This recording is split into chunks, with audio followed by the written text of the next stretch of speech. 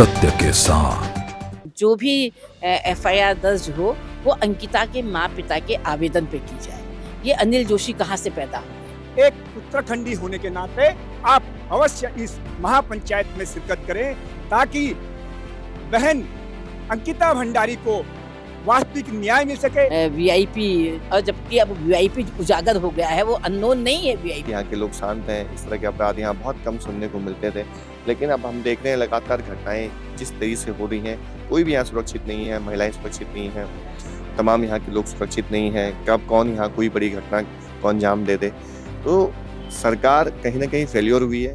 नमस्कार दोस्तों, मैं इस वक्त मौजूद हूँ देहरादून के शहीद स्मारक में और इस वक्त हमारे साथ मौजूद है संघर्ष मंच के सदस्य मोहित डिमरी जी। इनसे बात करते हैं।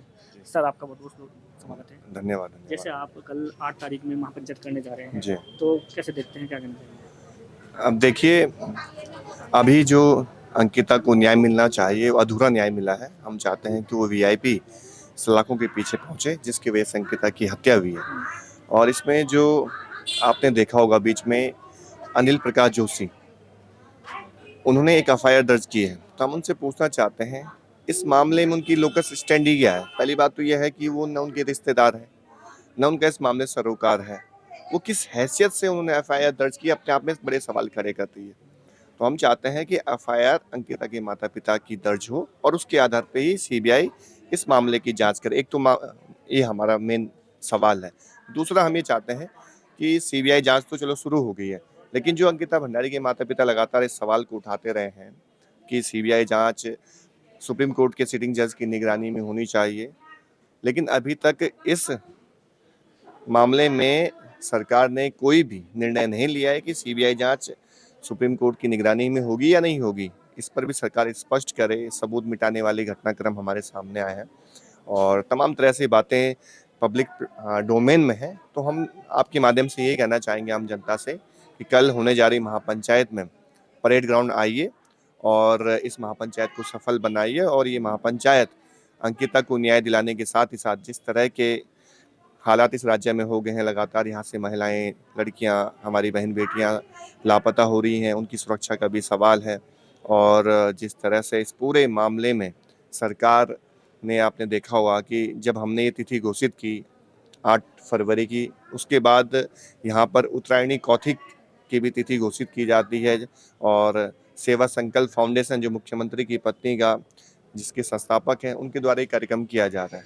तो आप समझ सकते हैं कि किस तरह से इस पूरे मामले को भटकाया जा रहा है ताकि जनता का ध्यान भटके इस मामले से। तो तमाम तरह की कोशिशें हो रही हैं, साजिशें हो रही हैं, इसे जनता देख रही है। और इसके बावजूद मैं देख रहा हूँ कि पूरे देश भर से, हर हिस्से से लोग यहाँ पर पहुँच रहे हैं। और महापंचायत में हम एक बड़ा ऐलान करेंगे। अगर सरकार ने इन मांगों पर गौर नहीं किया तो आगे भी इस लड़ाई को हम जारी रखेंगे। तो महापंचायत जो आप कर रहे हैं 8 तारीख में कल, तो उसमें आपने 8 तारीख रखी थी, लेकिन 8 तारीख में तो कल महोत्सव है, वहाँ पे कैसे करेंगे? देखिए, महोत्सव तो परेड ग्राउंड में होगा, हम लोग सड़कों पर बैठेंगे और सड़कों की लड़ाई है। सड़कों के संघर्ष से ही ये लड़ाई हम जीत सकते हैं। और अभी तक आपने देखा होगा लोग सड़कों पे उतरते रहे। अंकिता भंडारी को न्याय दिलाने के लिए हर आंदोलन में जनता की भूमिका रही। यही वजह है कि आज तीनों जो अपराधी हैं वो जेल की सलाखों में आजीवन कारावास की सजा भुगत रहे हैं। और जनता का जितना दबाव सड़कों पर होगा, सरकार पर दबाव बनता रहेगा। और वीआईपी जो ये कोई भी व्यक्ति हो, चाहे वो कितना ही कद्दावर क्यों ना हो, वो जेल की सलाखों पर पहुंच के ही रहेगा। जनता की ताकत के आगे कोई भी नहीं है। और हम ये कहना चाहते हैं कि सरकार चाहे कितने षड्यंत्र कर ले, चाहे कुछ भी कर लें, लगातार इनकी कोशिशें पहले भी रही हैं कि इस मूवमेंट को तोड़ने की। एक बार फिर से कोशिश हो रही है। परेड ग्राउंड में एक बड़ा सांस्कृतिक कार्यक्रम किया जा रहा है। हमने तो सवाल भी उठाए हैं कि जो ये फाउंडेशन है, इसको फंडिंग कौन कर रहा है, कहाँ से इनके पास इतने करोड़ों रुपए पैसे आ रहे हैं, कौन ऐसे इनके पास ऐसी लोग हैं जो इनको पैसे दे रहे हैं। क्योंकि कई अधिकारी हमसे संपर्क कर रहे हैं, क्यों कह रहे हैं कि हम पर दबाव बनाया जा रहा है इस कार्यक्रम के लिए, धन जुटाने के लिए। इस तरह की खबरें भी आ रही हैं। तो हम चाहते हैं कि पैसे को सार्वजनिक किया जाए कि आपके पास कितना पैसा कहाँ से आ रहा है जो आप इतना बड़ा कार्यक्रम कर रहे हैं। ये भी सरकार को स्पष्ट करना चाहिए।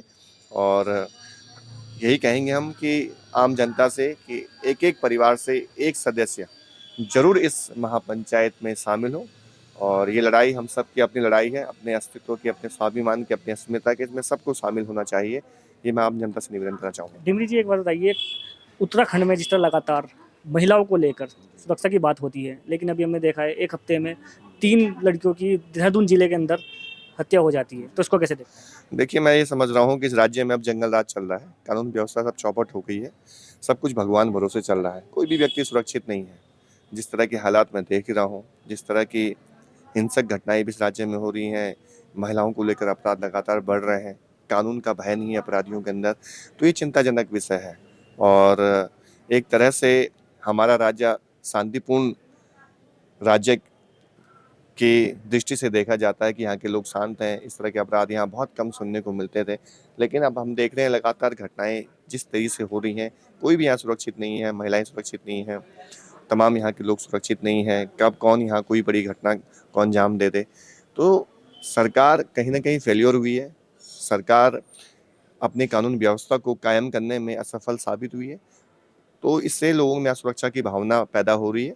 और हमें चाहते हैं कि इस राज्य में कानून व्यवस्था चाक चौबंद होनी चाहिए, हर एक व्यक्ति के अधिकार सुरक्षित होने चाहिए, हर एक व्यक्ति ये महसूस कर सके कि वो सुरक्षित इस राज्य में रह रहा है, उसके साथ कोई भी इस तरह से घटनाएं नहीं होंगी।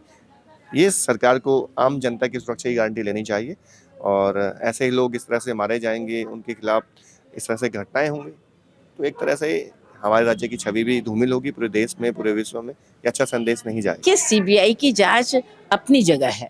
हमने हमेशा इस बात को सरकार से पहले से ये मांग हम भी कर रहे थे और अंकिता के माँ पिता भी कर रहे थे कि जो भी एफआईआर दर्ज हो वो अंकिता के माँ पिता के आवेदन पे की जाए।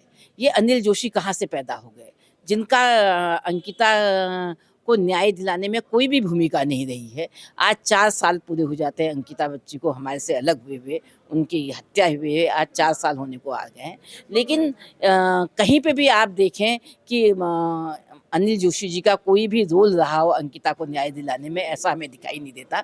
तो उनकी रिपोर्ट का कोई महत्व भी नहीं है, कोई मतलब भी नहीं है। और सरकार ने खुद ही उनके माँ पिता से ये निवेदन किया था कि आप आएँ और आप जो कहेंगे हम वो करेंगे। और जब उन्होंने एक आवेदन किया है तो उस पे को ही संज्ञान में लेते हुए सीबीआई को जांच करनी चाहिए। और जो केंद्र में उन्होंने कहा है कि वीआईपी, और जबकि अब वीआईपी उजागर हो गया है, वो अननोन नहीं है वीआईपी, तो वीआईपी जो हैं उन पे उनकी जांच होनी चाहिए।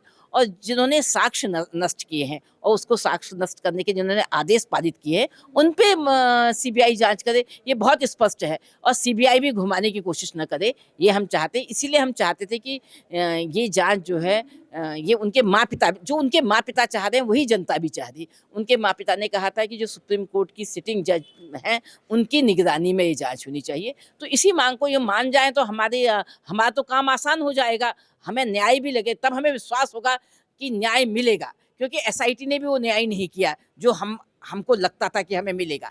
इसलिए जो नाकामी एसआईटी के उससे रही है वो सीबीआई से न रहे, बल्कि उस पर एक दबाव बना रहे और केंद्र जो सुप्रीम कोर्ट है उसकी निगरानी में हो। यही हमारा कहना है। मैं महावीर सिंह राणा, प्रदेश अध्यक्ष गौरव सेनानी एसोसिएशन उत्तराखंड और उत्तराखंड का निवासी, आज संपूर्ण उत्तराखंड निवासियों से निवेदन करते हैं कि जो 2022 से हमारी दिवंगत बेटी अंकिता भंडारी, जिसके न्याय के लिए लगातार संघर्ष जारी है, और इससे पहले कई राजनीतिक दलों ने, सामाजिक संस्थाओं ने, कई हमारी मातृशक्तियों ने इस अंकिता भंडारी बेटी को न्याय के लिए लड़ाई लड़ी। लेकिन अब जो लड़ाई लड़ी जा रही है वो मातृशक्ति, जो उत्तराखंड महिला मंच और जो हमारे उत्तराखंड के पूर्व सैनिक हैं, फौजी भाई हैं हमारे, जिन्होंने इस देश की रक्षा करी है, अभी तक देश की रक्षा करी है, और अब सेवान्वित होने के बाद अब बेड़ा उठाया है मातृशक्ति के साथ इस उत्तराखंड की बेटियों की अस्मिता और उत्तराखंड की अस्मिता बचाने के लिए।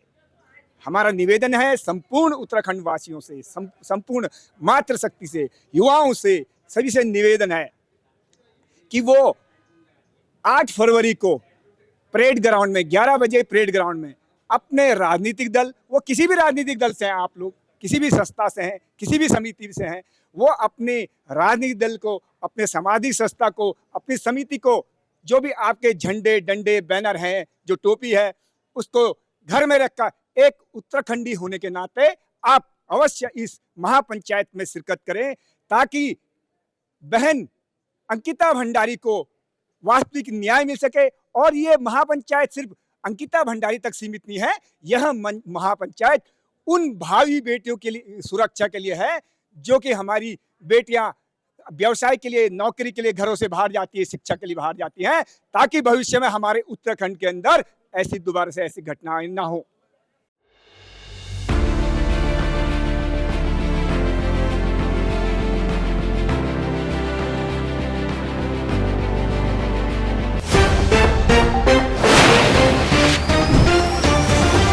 सत्य के साथ